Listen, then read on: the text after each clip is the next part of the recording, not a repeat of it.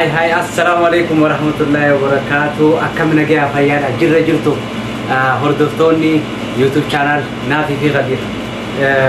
Dhugaa dubbachuuf shamar adda aarii shamarranitti qabu. Itti jelle shamarranitti hojii shamarranii dhugaa yoo gartee hundumti akka ishee kanaa taate hedduu shamarran abdii nama murachuu. Nuti durattis taate ammas takka shamarran jaalalaaf jettee maraatu jaalalaaf jettee rakkattu arginee sin beenu dhiira kan maraatu kan rakkatu agarree turre. Kana ammoo akka agarree jirra agaruufis jirra. Namoota jaalalaaf maraatan hedduu jira. Maraatanii hin fayyadu. Maraachuu jechuun maraatanii fayyuu miti. Jaalalli mee addunyaa tan hunda keessa deemii namoota jaalalaaf maraati.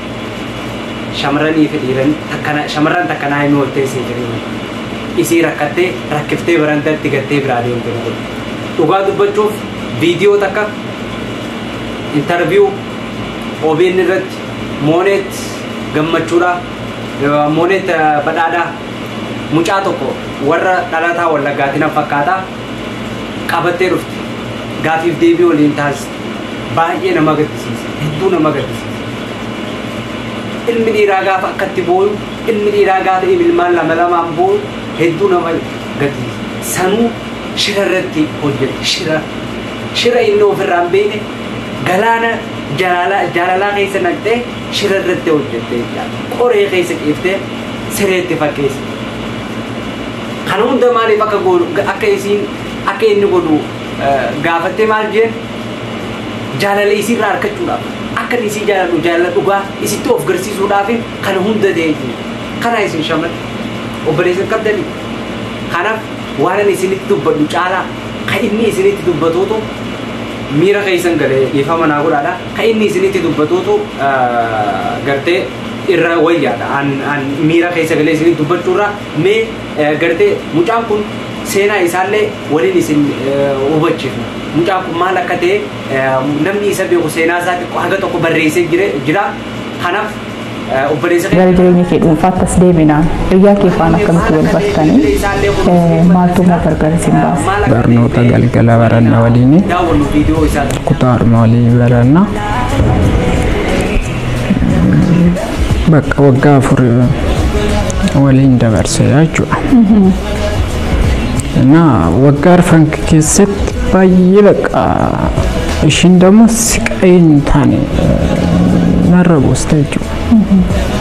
Maal fakkaate naan galu guyyaa tokkollee bakka ishiin sakkatasaa abbaa faadhaan walitti himnee jechuudha keenya abbaa faadhaan qabu jettee wanta ishiin natti himte sana guyyaa tokko dabsee sin beeku gurguree sin beeku of kenneen bakka yoo naarellee nan bu'aa malee ishitti hin dubba'u bakka simjee hin bu'aa. Ilma namaa jalqabaaf dhumasaa tilmaamuuni ulfaata waan hunduu makeessa. Mee yeroo baay'ee maal irratti waldhabdeen keessan maalidha? Bakka ani silkii bilbiluu hin danda'u. Wanti tokko bakka ani waan bilbila bichaadha ajaja natti kennama. Ani waan bilbila bichaadha kan ishinoona bilbilti bas adda ani bilbiluu hin danda'u. Bakka baay'een ishii jaaladha. Na cinqa bakka keessi kooyi. Bakka yeroo sana bakka boo'ichaan dabarsa jechuudha. Akka tasaa yoo na bilbilti bichaadha nan ishee argachuu danda'u. Bakka yenna si barbaade na si argata bicha kanaan hin ta'u naan jetti bakka. Nama dhiba. Namni tokko amma egaa yoo hojii mee maal hojjetti kana nu murteessisuu danda'a. Mi'aati dalagaa maalirratti jirta?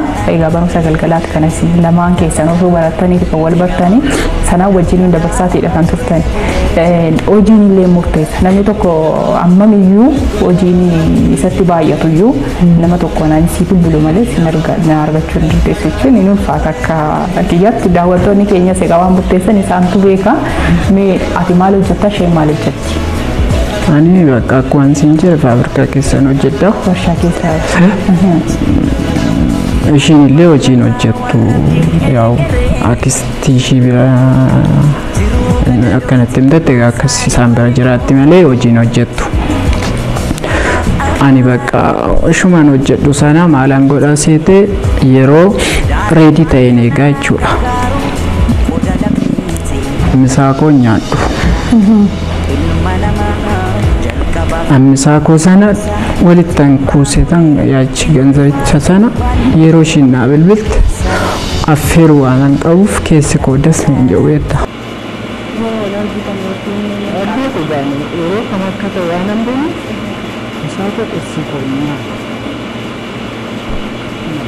Qoy wanta kan isin gaafate isin warri shamarranii kun maali qoy obboleettiin qabdu obboleettiin qabdu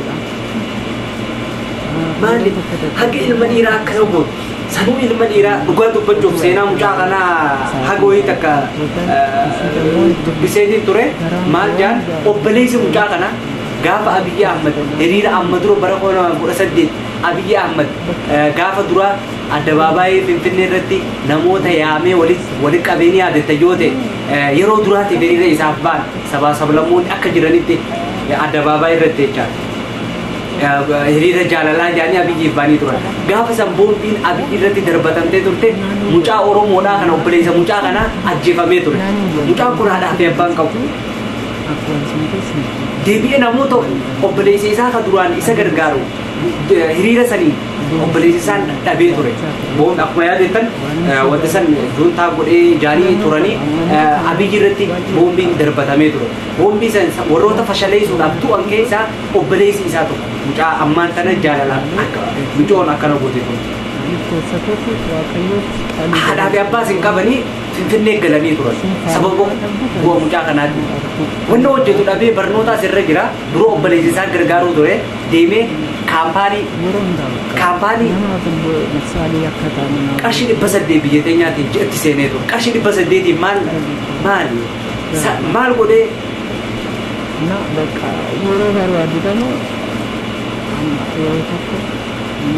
ana na qoruudhaaf natti fakkaate haala fokoon dabarsanne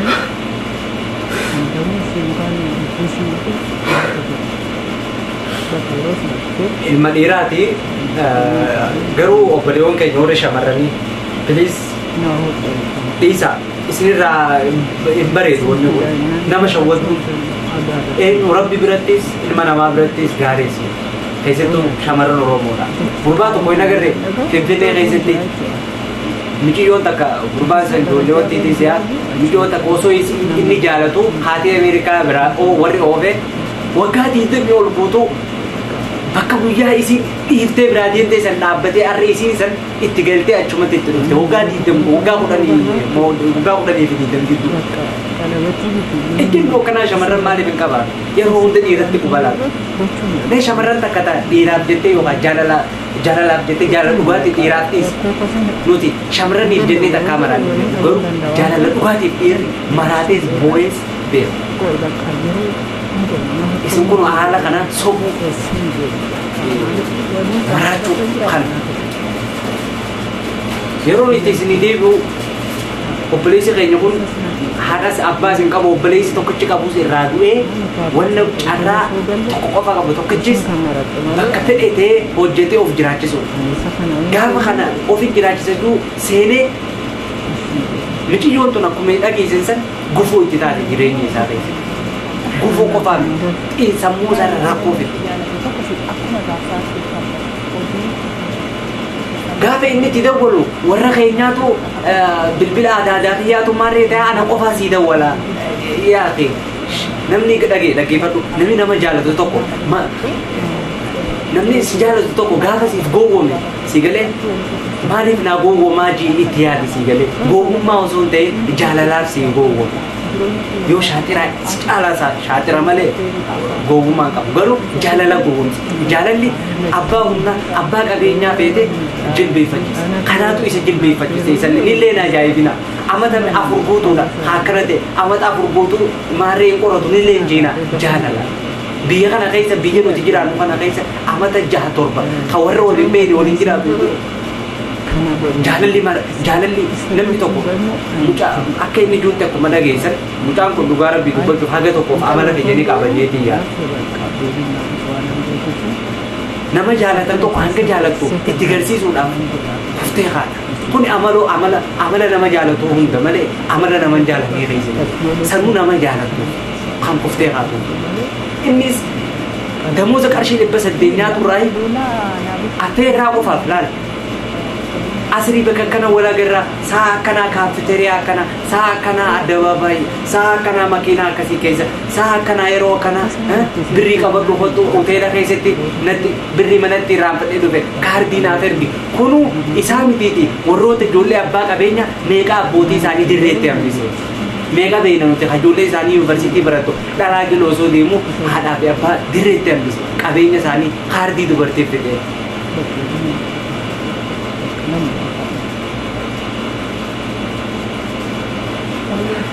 dhugaa viidiyoo isaa tanaan irra deddeebi'ee dhaggeeffadhee quufuun dadhabee kanaaf shamarree keenya warri dhiiraatis irraa baradhaa